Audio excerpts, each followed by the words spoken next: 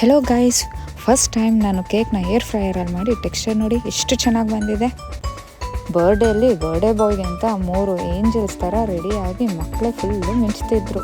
ಖುಷಿಯಿಂದ ಎಲ್ಲರೂ birthday celebrate ಮಾಡಿ ರುಚಿಯಾಗಿರೋ ಕೇಕನ್ನು ತಿಂದು ತುಂಬ ಖುಷಿ ಪಟ್ವಿ.